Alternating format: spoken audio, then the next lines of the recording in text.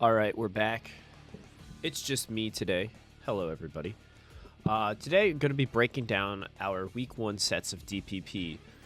Uh, for those who are familiar with our league, DPP is kind of our bread and butter format. It's a fan favorite amongst our players, and we've had a large uptick in new players over the past year who have not played the tier. So before we get into our next DPP format, which is going to be following our SAPAPL, I thought I'd take the time to kind of really sit down and like dissect the teams and the gameplay and like just general, things to look at, and how to improve, pretty much. So we're gonna jump into our first set of the week, and as I go through this, I'm gonna try to go through as unbiased and I want to kind of give like a general kind of overview, point out the good, point out the bad, even though we have Chris and Jordan here, and Chris is on my team for this PL. So I'm still going to be giving the same kind of criticism I would, even though he's on my team. And obviously, I want to see him do well, just so that, my team continues to succeed. But in any case, we'll jump into this first game between Jordan and Chris. So here we go. We're to see Bronzong Skarmory lead. Now, seeing Skarmory on lead definitely indicates this is more of a Spikes team. Like, obviously, Skarmory's here, but it's like more of a Spikes offense team with the game plan of like, hey, I'm gonna get my layers down, and I'm gonna hit you with some big damage. And then on Jordan's end, seeing Bronzong as a lead, one that's kind of telling me this might be more of a bulkier team. Looking to lay down rocks and then also throw out some boom pressure while also handling dragons, things like that. Typical things that Bronzong does. So here we go. We're going to see some hazards exchanged, and we're going to see more of Jordan's team. So here's Jirachi. We don't know what kind of Jirachi this is yet, but we do see a Fire Punch. So it's definitely looking like it's probably more of a bulkier Jirachi. Again, kind of going with the theme. And Swampert comes in and gets burned, which is a little unfortunate. But we don't know what the Swampert's going to do yet. It could very well be a specially based one where that burn doesn't matter as much. Of course, losing that HP is going to sting, especially as we do see that it is lefties. So losing that 6% does add up pretty quickly, especially when you switch in and take rock damage. But we do see U-turn on this Jirachi. Definitely not the most common thing. On a non-Scarf Jirachi, it's definitely it's a viable move. I mean, you could literally run whatever the hell you want on Jirachi, and it would probably be good. But in any case, we see Jirachi kind of switch out here, going into Venusaur, which is definitely not something you see every day. After playing a lot of Draft in DPP, Venusaur is a very good Pokemon in the Draft format, just because it acts as a really nice Grass type. Venusaur definitely struggles with the presence of Clefable in the tier, and of course being strictly outclassed by Breloom. But Venusaur could still hang, and you know what? Venusaur's in a really good spot right now because Swampert is definitely going to get out of here. And we're going to see Heatran coming in, and Heatran's going to eat a Leech Seed. So Venusaur kind of doing his thing, big fat meanie. And then here comes Suicune. So we see, going back to that initial first turn, right? We see, okay, yeah, this definitely is a bulkier base team. Now we see the offense is coming out. Here's a Suicune that could definitely give this Heatran a run for its money. And we do see it's like looking at Chris's team. Right now, we haven't seen a water resist. We can assume there is one because if you don't have a good water resist on your team's kind of bad. But in any case, Suicune is very well positioned. It definitely has to watch out for getting boomed on if it does want to greedily set up Calm Minds. But getting a burn with Fire Blast is absolutely huge. Because now it's the same thing as Swampert. Now Suicune isn't healing anymore. And if there is a Tyranitar, right, that burn is going to be even worse. But that Leech Seed is definitely going to help offset it just a little bit.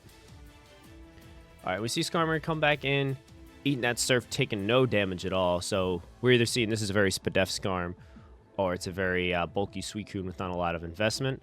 And here comes the Calm Mind. Definitely, I don't hate the play. You really want to try to get damage on the Skarmory. I mean, especially looking at the team Jordan has, as Latias comes in here on the Whirlwind. There's not a lot of ways to really break through the Skarmory. So definitely kind of looking at what's in the back here. You expect something like that's going to break through steals. Probably not like a Magnezone on this kind of team because there is no like DD kind of offense. You might be looking and seeing, maybe a fire type, something like a Heatran, but Heatran could work here. Even something like an Infernape can definitely be popping out here. Probably not the best option on this kind of team, but hey, you know what? It works. There's no T-Tar to kind of chip it down with sand and things like that. But we do see Trick Specs on the Lottie. So this Latias is not scarfed. But now Lottie's free to heal with the lefties he just received. And can throw out moves. And right now, Jordan's in a really good spot. But however, Chris has seen most of Jordan's team. So obviously, he's got to kind of think, what could that last be? And the way that Jordan's been playing, you have to think it's something that's like, she's either going to have to be really, really strapped with steal coverage with these 5, or it's going to be something that's going to punish steals a lot, because this Skarmory has definitely been existing a little bit more than Jordan would like. We're going to see that last. No, we're not. Bronzong's going to come back in, and Swampert is pretty much done at this point, so it's just going to throw off an Ice Beam and go down. But he lives a Gyro Ball because Swampert's a beast. And let's see who we're going to see. We're going to see Heatran come in. Definitely going to throw off a big hit. But we see Will-O-Wisp. Whether that's predicting something like like Latias coming in. And then now Heatran can also live that Earthquake because of the burn, which is really nice. And now Big Fire Blast can come out. Unfortunately missing. But I guess Jordan was predicting a switch of some kind. Just kind of assumed she'd die. I don't know why there was no EQ. We see another Fire Blast miss, which is very, very unfortunate. You hate to see that. And Heatran's going to go down. So right now, Jordan's team's looking pretty hard for Chris to break because your ground type and your fire type are gone. And you got two steals over here. And Venusaur. We do see Tyranitar enter. Going to set up the sand and go for a DD. Now, it's a good thing this Bronzong is burned because otherwise that Gyro Ball is going to do way too much damage. And even still, like, it's doing a lot. And Chris is greedily going for another DD. But lives just barely. Because Gyro Ball has maxed out on power at this point. And Infernape is going to enter. So it was a fire type. However, this was not the entry point you were looking for. Because Infernape has switched into a critical crunch and died. Which is incredibly unfortunate. Because depending on how that Bronzong is trained... 62%, never mind. That Bronzong's done. He's down. At that point, you let Bronzong go down, and then you bring in this Infernape, which presumably has Mach Punch. Otherwise, you don't really want to bring it in here, because this Tyranitar is really set up to go. So, unfortunately, we're going to see Infernape go down, and Tyranitar is pretty set up, and I think this game is just about over here. Not too much Jordan can really do except watch all of her Pokemon get knocked down by +2 Tyranitar. Which, hey, it happens to the best of us. Being swept by DD-Tar is a rite of passage, and everyone experiences it once. And you know what? Sometimes you experience it in your first game, and that's okay. But overall, I think the team that Jordan brought here was pretty solid. I think the only real criticism I have is don't switch your Infernape into the +2 Tyranitar. Just sack the appropriate Pokemon and get it in for free safely. And that could go, that's just not even DPP thing. That's just like a general Pokemon thing. Like, assess the threat, know what you have in reserves. Because you also have to remember, Chris hasn't seen Infernape yet. So he doesn't even know it exists. So in his mind, he'd be like, "Oh, I'm chilling. I'm at +2. It's free." And Chris might not have even gone for that second DD if he knew that Infernape existed. So kind of concealing that important threat is super nice too. But yeah, we'll go on to game 2. And here we go. So we see Skarmory, we see Bronzong. So we got the same team matchup, so we'll see how Jordan adapts. Suicune coming in. right away. And this time, Chris is not letting things happen without getting the spikes down. So Suicune Calm Minds, and he's getting out of there. And now the third spike is up. And Skarmory has done what it needs to do. So now it's time to start Whirlwinding and picking up that chip damage. Here comes Infernape. He's ready to play the game today. And here comes Heatran switching in. Really good U-turn. We don't know what this Infernape set is yet. With the U-turn, we can assume maybe it's some kind of choice. How much? Let's see. How much? 5%? Yeah, we don't know. So Suicune setting up sub, so we know sub Calm Mind Suicune. Definitely one of those like new player killer Pokemon, which is definitely a good decision to bring. However, this Skarmory has kind of shown that it doesn't care. So going for the sub, now you lost basically 50% of your Suicune's HP because you have to switch into the spikes and you don't have a spinner, which is unfortunate. So we see Latias come in here. And usually, you don't bring a Latias into another Latias unless it's A, Draco's dropped, done and done, or you're scarfed. And looking at Chris's team, the way that it's kind of set up, right? We've seen Swampert, we've seen DD Tyranitar, we've seen this Leftovers Heatran, and we've seen Skarm. This being a choice Scarf Latias makes a lot of sense, right? Because now you have the speed control and the ability to kind of break through everything that DD Tar kind of broke through. So you have that cleaner who can wrap everything up. And of course, Lati and Tyranitar have pretty good synergy overall. But anyway, kind of going back to the game, Venusaur switches in, takes 51% from Draco Meteor, and actually will still survive, which is nice. So shout out to Venusaur. However, Chris is making a little bit of an oopsie going into Breloom without the Toxic Orb procced. So now he's going to bed, which is a little unfortunate. Obviously trying to predict the Leech Seed. But now Breloom is taking a snooze, and this Venusaur is gonna get some of his HP back. But Jordan goes for Leech Seed. It was a little oopsie daisy, maybe predicting a switch. But now Venusaur's out of there. He's gonna have to take a lot of chip damage. And we're also seeing that this Venusaur might not have coverage for Grass type, whether it's like a HP Fire or a Sludge Bomb. So presumably we're thinking maybe that's like HP Ground on Venusaur. But anyway, last turn we saw Breloom went for sub, and then Bronzong just exploded. So now things are getting crazy. Speaking of getting crazy, we see Razor Leaf.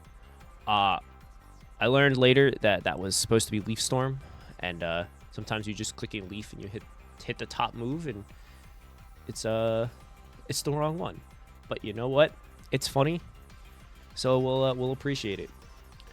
Speaking of new player killers, here's Sub Punch Breloom, which is a Pokemon that will always find a way to be annoying. A well-positioned Sub Punch Breloom is one of the most frustrating things to deal with. Putting your check to sleep and then just substituting, and then by the time you break the sub, it puts something else to bed. And then that Focus Punch hits very hard. Like, look at this. We see 2 hit on Latias. Not quite, but close. Look at that, and he's already back up at full HP. It's a tough position, especially when, with 3 layers of spikes down. Chris has kind of positioned himself really well to just, do what he needs to do with Breloom and Latias. As we see that here comes a close combat from Infernape. And he's got to get out of there. And Jirachi's got to switch into 3 layers of spikes, which is never a great feeling. So we're going to see Heatran come back in to kind of tangle with Jirachi here. And we do see the Body Slam Para. So now here's a... Oh, not quite. Thought Chris was going to get his first experience with Iron Head Flinch Jirachi, which again is another rite of passage. It happens. It happens to you. It happens to the best of us. But not quite. We're going to see Heatran go down. He's kind of done his job. And with the 3 layers of spikes down, Infernape is basically done. And Latias is free to click its buttons. And this Jirachi has 43% HP and a Dream. And of course, there's still a Swampert, and there's still a DD Tyranitar. So all Jordan has is a bunch of Iron Heads, but PP is a limited resource, and the way that things are going, it's not looking great, and down it goes. So overall, I really like the adaptation Chris made in the second game, knowing, hey, if I get my spikes up, I could just cause a lot of pressure with my Breloom. And given how game one went, bringing the same team and all, he kind of understood, it's like, hey, Jordan doesn't know I have Latias and Breloom here. And they add another dimension to my team, which is actually very good into hers, because she did, in fact, bring the same team, too. I like Jordan's team. I think Venusaur is fun. Obviously, not with Razor Leaf. I wouldn't do that. But, you know, it happens. And actually, Chad, you ever know Razor Leaf is 40 PP? You know, that's kind of neat. But anyway, I'm just rambling here. Good first set. Good first win for Chris. And again, Jordan's team was pretty cool. Definitely would have liked to have seen a little bit of a better adaptation to the spikes being down, instead of like I gotta switch. Oh, I gotta go into this thing. Now you're taking 25% every time, which is never great. But here we go. It's time for our next set. We got Ethan and Bannon, two players who have never played this tier as well. So we're going to go right into it. We're going to see Metagross, we're going to see Swampert. So Metagross is one of the most standard leads in DPP, whether it's setting up rocks and then blowing up, you know, doing its Metagross thing. Swampert's another lead that you see pretty often. Again, same thing, getting rocks up. Does really well into lead Metagross as well. Depending on how these Pokemon are trained, like if it's like a standard lead Metagross, it doesn't really run a lot of speed. Swampert could have some speed investment, so we'll kind of see what happens, but we're just going to see Explosion, so no rocks on Bannon's side. And we're going to see Clefable. So Clefable plus Metagross is an interesting combination. Presumably we're going to see Clefable kind of... Oh, he's gonna knock. Okay, we're not going to see rocks coming up. But right now, this Gliscor is a threat, and it looks like Ethan is not assessing this threat. Flygon coming in on the really good Ice Fang. Knowing it's like, hey, you know, I'm going to secure KO with Earthquake on this 24% Clefable, and if he wants to save it, he's going to go into likely a ground resist or immunity. Calls it out nicely with the Ice Fang. I like that play. Good job, John. And now Jirachi actually lives that Earthquake, goes for Body Slam, fishing for the Para, doesn't get it. Throwing off a Protect, showing that this is definitely a bulkier Jirachi, especially the fact that it lived that +2 EQ. And it's got Thunder Fang as well. Oh man, John is just out here doing what he needs to do, and gets the flinch too. So all you Gliscor gamers, oh never mind, that was almost his big moment. Again, probably click Earthquake there, you know, just so you don't miss. But here's Lucario, and Lucario is well positioned to do what Lucario does. And here comes Celebi. Celebi is an interesting pick. Looking at this team that Ethan brought, you definitely see there's some holes to it. I mean, especially like I look at like Machamp, Pokemon like Machamp, right? That would run Havoc, just a fighting type in general. Because there is like Celebi is a fighting resist, but like if there's a Tyranitar in the back here, you have no fighting resist. And you know, looking at this Lucario with close combat in the end game, Machamp, scary stuff. So we're gonna see. He's a Leech Seed Celebi. He's a fat little guy, you know, doing his thing. You turning out like that, going into Jirachi to get some more HP. John just says, no, I don't want to deal with that. Trying to get rid of the Celebi, as Lucario is primed to sweep. But Gengar breaks a big enough hole with that Shadow Ball, and things are looking pretty dire for Ethan over here. Even with all the Leech Seed recovery that he's getting from the Gengar, Focus Blast is just going to kind of do it. And switching between Celebi and Clefable, it's, you know, if that's the only way you kind of got to get out of this one, you know, it's tough. But that burn is definitely going to make Lucario just just the win button at this point. So here he is. And there's the Ice Punch. We don't see a... Oh, very interesting. We don't see a Life Orb on Lucario. So it likely is... Maybe it's like a Choice Scarf variant. Which is, you know, not terrible. Definitely a preference kind of Pokemon.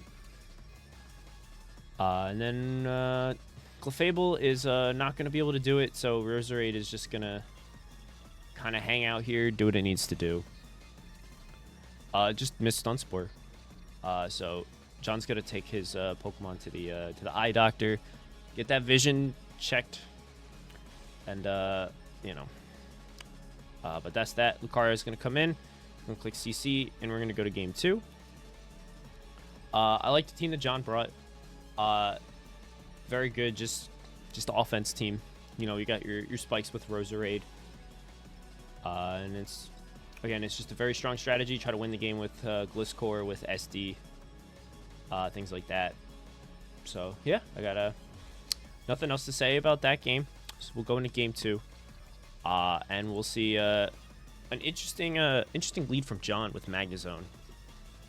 Usually, Magnezone's a Pokemon you want to kind of keep in the back, keep it hidden, just in case, you know, it's like you want to come in on a Skarmory or you know, whatever steel you're trying to trap, usually Skarmory. And Azelf, Azelf is the lead. You know, he sets up rocks, you know, it does Azelf things. You know, setting up rocks. But we see Magnet Rise Magnezone, which is very interesting. But Ethan is content to, you know what, let's just chip this thing down. And here's Weavile. I'm a known Weavile hater. So kind of judging by you know what we see here, you definitely see a team that definitely wants to see Latias and the dragons removed. So we'll probably see like a strong, potentially like a fire, water, grass kind of team, perhaps. You know, really get rid of those dragons. Probably a water type, like a Suicune that doesn't like sand from T-Tar, which is why I kind of go with Weavile.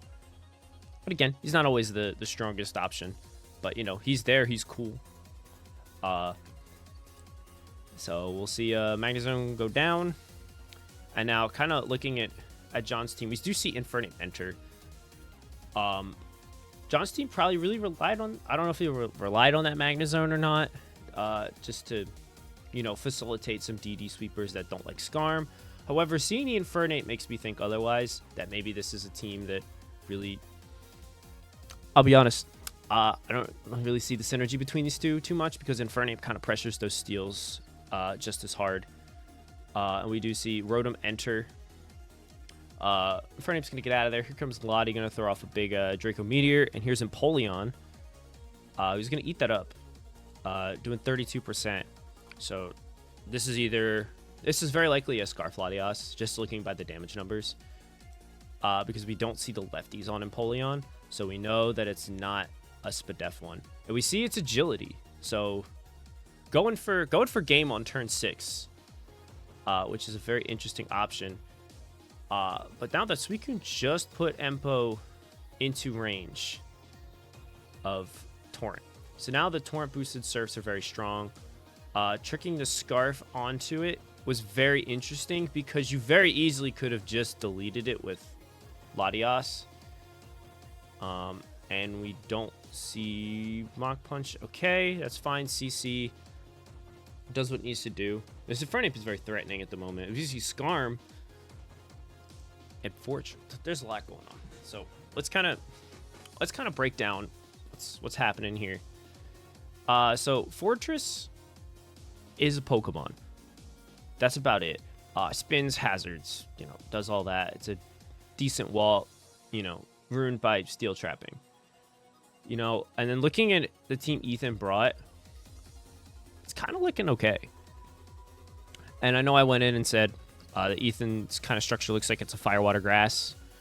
We don't see it fully. We don't know if that Rotom is a fake fire type with overheat, but regardless, we do see it's lefties, not Scarf.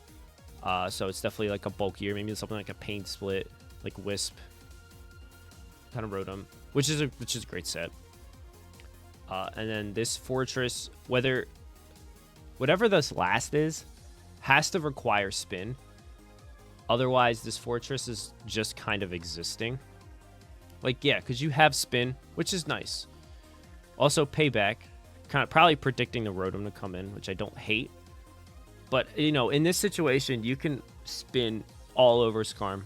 You can't do much about it. And if you let Rotom in, it is unfortunate, but it's not the end of the world.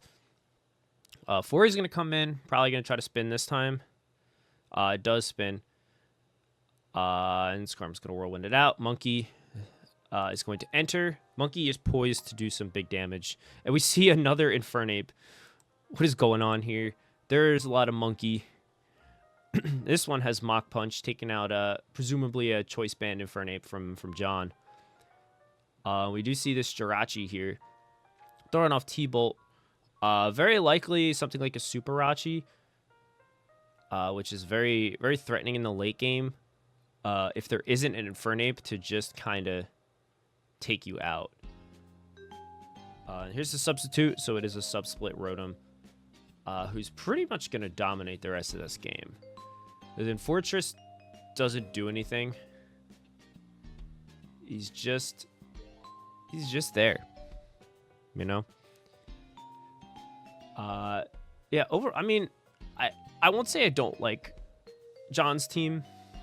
I just don't think it has, you know, the full synergy in mind. So it's like individually, like the Pokemon are fine. Like the sets and everything he brought are okay.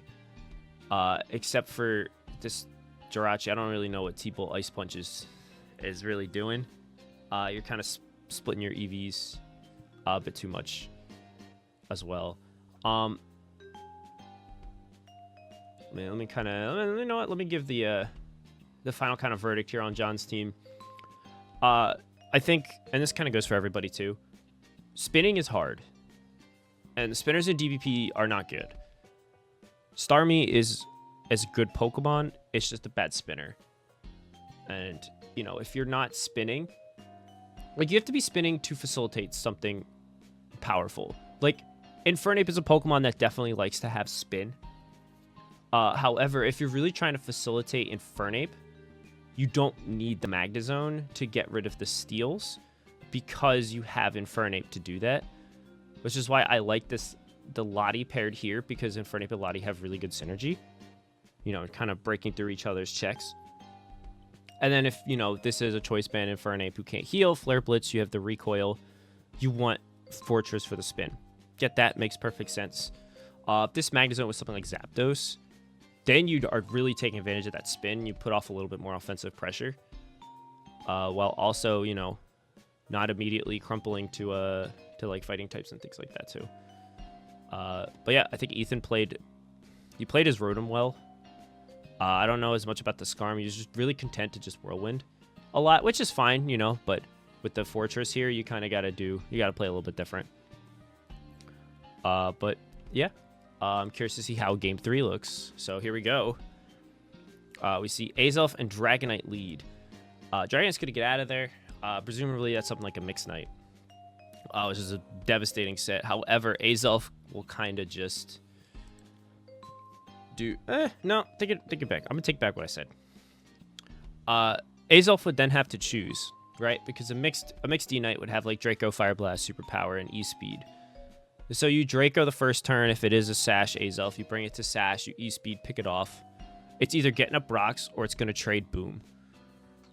And if you're the D-Knight player, you take that trade. So that means rocks aren't up. You lose your Dragonite, sure, but rocks not being up is a big deal. But John, you know, maybe he's not that Mixed Knight set, and he kind of wants to not deal with it. But Bronzong is content to just blow up on turn 1. Here comes Tyranitar, who's going to take a T-Wave. Are we going to see Lumberry? We are. How about a DD? Good. So we see a nice DD play, kind of taking advantage of the situation. However, this is the same team, and there's another Monkey who is going to Mach Punch and take you out. This is one of those situations you got to get out of there. Like, you looked at the last game, right? You looked at the team Ethan brought. We'll even go and look at it again. Without Infernape at +1 speed, you are still slower than Weavile. But like a +1 DD Tar, I mean, you could make some magic happen, but you know, the Infernape kind of just dumps on that. So Gengar's gonna come in, and that Shadow Ball or Focus Blast, trying to predict Weavile coming in. I like that. Going back into Dragonite. We're gonna see Fire Blast now. Let's see. Always go for DD. Okay, so it was a DD. So now that switch out makes perfect sense, right? You know, if you're DD Dragonite in the lead, again, probably not the best lead. Just in terms of like, you know, you probably don't want your DD sweeper to lead off in most cases. Something like Gyarados could do it because of taunt. Dragonite is one of those Pokemon that breaks such big holes. That's like sometimes you don't want to lead with it because you run into stuff like Metagross, Azelf, Heatran. They're just gonna kind of sit there, get up their rocks. If they're Sash, they blow up on you. You're dead. You lose your Dragonite, and it feels real bad. Right. So now that Dragonite was at +1, and now he's gone, Gengar's gonna smack a Focus Blast. It is Life Orb, and Skarm is gonna take it down. So the wheels are kind of falling off on Bandon's side. We're going back to Dragonite to click Outrage into the... What are we doing? What are we doing here? I mean, I guess it kind of works out right in that immediate instance, but I don't know if this is a trade you really want to have, especially because you just lost what looks like most of the offense. You know, it's like Tyranitar, DD gone, Dragonite, DD gone, and all that. But we see Aqua Metagross, great set, taking out Infernape. However, there's still a Weavile, and we know there's a Rotom, and we know that there's an Agility Empoleon. And I love Metagross, but I don't know if this is a fight he can win. And we got to see the last. It is Heatran. Heatran is not going to be able to get it done. He's going to get low kicked, and Weavile's going to take this game. And that is the set.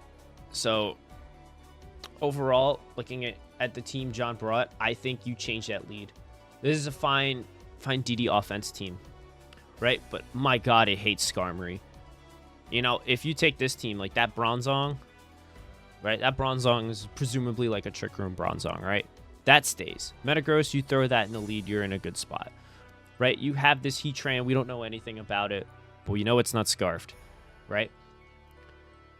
So as long as you have moves that can kind of pick off that Skarmory, you're in a good spot, right? You break holes with your DD sweepers.